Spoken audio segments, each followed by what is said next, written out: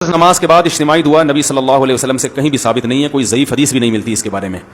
اسی وجہ سے فقہ کی کتابوں میں بھی اس کا تذکرہ نہیں ہے. یہ بر صغیر میں ایک چیز رائج ہو گئی ہے، تو اب جو چیز رائج ہو جائے اس کو ایک دم سے چھوڑنے میں فتنہ ہوتا ہے، تو اس لیے اس کو آرام آرام سے تمیز سے آہستہ آہستہ چھوڑنا چاہیے. جیسے میں نے اپنی مسجد میں پہلے اجتماعی دعا ہلکی پھلکی کرائی کچھ مہینے، پھر پہلے میں نے آہستہ شروع کی تو لوگ دیکھتے تھے یہ زور سے دعا کیوں نہیں مانگتے، تو ہم نے کہا پہلے سائلنٹ پہ آنے دو لوگوں کو. اجتماعی کراتا تھا لیکن آہستہ. پھر جب لوگ اس کے عادی ہو گئے اور اس کے بعد پھر میں نے اجتماعی بھی چھوڑ دی، اخپل طریقے سے مانگ رہا ہوں. فرض نمازوں کے بعد اللہ آپ کا بھلا کرے، کبھی کبھار دعا کرو. عمومی روایتیں ہیں لیکن خصوصی روایت فرض کے بعد اجتماعی دعا، اس سے خصوصی روایت کوئی نہیں ہے، ثابت نہیں ہے. اگرچہ ہمارے بزرگوں نے کتابیں لکھی، میں نام نہیں لیتا، لیکن ناکام کوشش ہے، سمجھ نہیں. اس لیے جو تبلیغ والے تبلیغی جماعت والے نہیں کر رہے، یا اللہ آپ کا بھلا کرے سعودی والے نہیں کر رہے، وہ ٹھیک کر رہے. اس کو ضروری آپ نہ سمجھے، سمجھ رہی ہے کہ نہیں، اس کو ضروری نہ سمجھے. حضرت اقدس کی کتاب مفتی ہند بہت بڑے فقی تھے، اللہ کا بھلا، النفائس المرغوبہ فی الدعاء بعد المکتوبہ.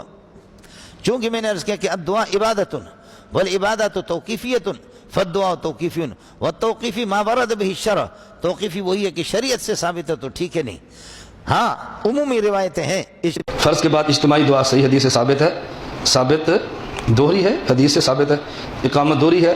میں نے کہا یہ دونوں مسئلے آپ اس کتاب میں دیکھ لیں، نماز رسول. میں کتاب کا نام کیوں دے رہا ہوں؟ تاکہ ساری حدیثیں آپ کو مل جائیں. اچھا مجھے یہ بتاؤ کہ رسول اللہ صلی اللہ علیہ وسلم فرض نماز کے بعد خود دعا مانگتے تھے؟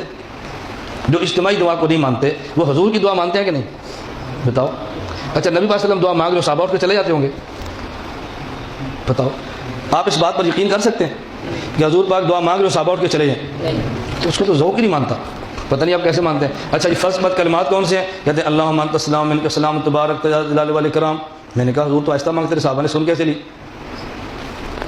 کیسے سن لی؟ اس کا مطلب اونچی آواز سے مانگی ہے تو سنی ہے نا.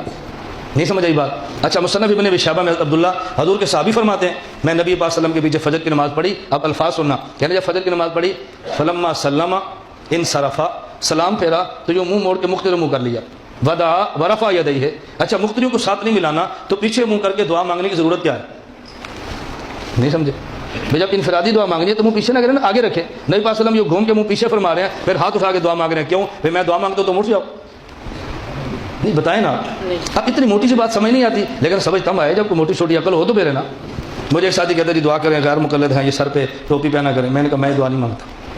مجھے کہتا کیوں؟ میں نے کہا میں دعا مانگتا ہوں اللہ ان کو عقل دے. کہتا جی ہم کیا کہتے ہیں، آپ کیا دعا مانگتے ہیں؟ میں نے کہا بھی دیکھو اگر کسی بندے کے پاس پیسے ہوں تو پھر بٹوا رکھتا ہے نا، پیسہ نہ تو بٹوا کیا کرے گا؟ جب سر میں عقل ہی نہیں ہے اس سے ٹوپی کرنی کیا ہے؟ نہیں ٹوپی ہوگی تو حفاظت کے لیے، اس کو عقل ہوگی تو حفاظت کے لیے ٹوپی بھی چاہیے نا. اس میں عقل ہی نہیں ہے اور آپ کہتے ہیں وہ ٹوپی پہنتا میرے وہ بیوقوف ہے. ایسا کبھی نہیں ہوگا. دعا کریں کہ اللہ ان کو عقل عطا فرمائے. اجتماعی دعا جائز بھی ہے، ثابت بھی ہے، مسنون بھی ہے، مستحب بھی ہے. موجم طبرانی میں، سنن بہقی میں روایات موجود ہیں. حضرت انس بن مالک فرماتے ہیں رسول اللہ صلی اللہ علیہ وسلم نے سلام پھیرا، بعدما سلم یقول، اور سلام کے بعد حضور پاک علیہ الصلوۃ والسلام نے دعا کی اللہم انت السلام ومنک السلام تبارکت ربنا وتعالیت یا ذا الجلال والاکرام. تو حضور پاک نے دعا مانگی ہے، صحابہ کرام نے یہ دعا سیکھی ہے. پتہ چلا حضور پاک نے اونچی بھی مانگی ہے اور سب کو سنا کے بھی مانگی ہے. ورنہ صحابی کو لفظ تو یاد نہ ہوتے کہ حضور مانگتے تھے. جب صحابی حضور کے لفظ دے رہا ہے تو پتہ چلا دعا اجتماعی ہے.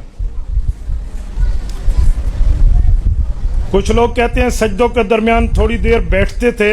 حضور پاک علیہ السلام اس کی وضاحت فرمائے. جی ہاں، فلما ثقل بدنہ، رسول اللہ صلی اللہ علیہ وسلم سے سجدہ استراحت ثابت ہے، 2 سجدوں کے بعد تھوڑا سا بیٹھنا، لیکن ساتھ لفظ بھی لکھا ہوا ہے فلما ثقل بدنہ، تکلیف اور بیماری کے وقت. تو تکلیف اور بیماری میں آپ بیٹھ جائیے. ہر نوجوان بھی بیٹھا رہے یوں حدیث پاک میں نہیں ہے. تشہد کی حالت میں شہادت کی انگلی کو بار بار حرکت دینا، بھئی مشکات میں ہے حضور پاک انگلی کا اشارہ فرماتے ولا یحرکھا، اس کو حرکت نہیں دیتے تھے. تو حرکتوں کا والا کام ہمارا نہیں ہے. نہیں، انگلی کو حرکت دینے کی بات کیا ہے. کیا بھینس کی قربانی جائز ہے؟ اس پر تھوڑی سی تفصیل سمجھیے. جب ہم کہتے ہیں نا بھینس کی قربانی جائز ہے تو یہ ہمیں کہتے ہیں بھینس کا لفظ دکھاؤ. جاموس بھینس کو عربی میں کہتے ہیں، بیفلو انگلش میں کہتے ہیں، مانتواری سری سریکی چادن، میخے سری پشتو چادن، مختلف لفظ ہیں. تو کہتے ہیں یہ لفظ دکھائیں. تو ان کو یہ نہ کہا کریں بھینس کی قربانی جائز ہے، طرز بدلا کریں.